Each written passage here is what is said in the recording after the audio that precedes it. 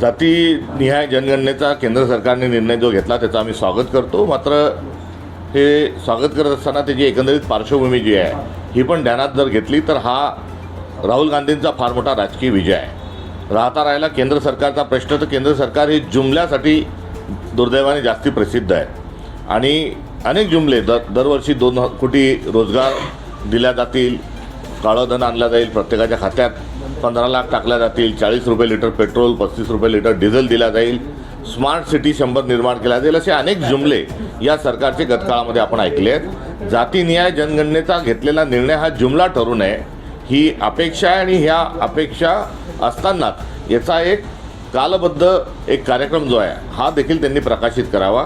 ही राहुल गांधींनी जी केलेली मागणी आहे ती अत्यंत योग्य आहे, कारण जातीनिहाय जनगणना करून थांबता येणार नाही, तर त्याच्यावर उपाययोजना देखील पुढच्या काळात कराव्या लागतील. कमाल 50% आरक्षणाची जी मर्यादा आहे ती वाढवावी लागेल. त्यामुळे कालबद्ध कार्यक्रम यासाठी आवश्यक आहे, अन्यथा ही केवळ घोषणा ठरेल.